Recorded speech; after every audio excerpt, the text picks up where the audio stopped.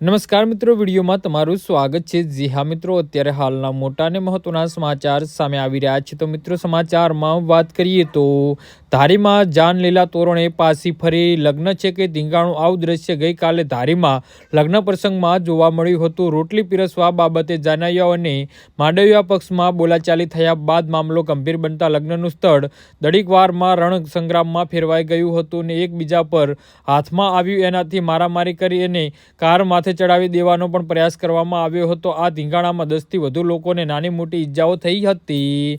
તો બનાવની પ્રાપ્ત વિગતો, ધારીના ખીસરી ગામમાં રહેતા બાબુભાઈ ધમાભાઈ ચારોલિયાની દીકરી સોનલબેનના ગત તારીખ 26ના રોજ લગ્ન હોવાથી તેઓ જમણવાર ચાલુ હતો।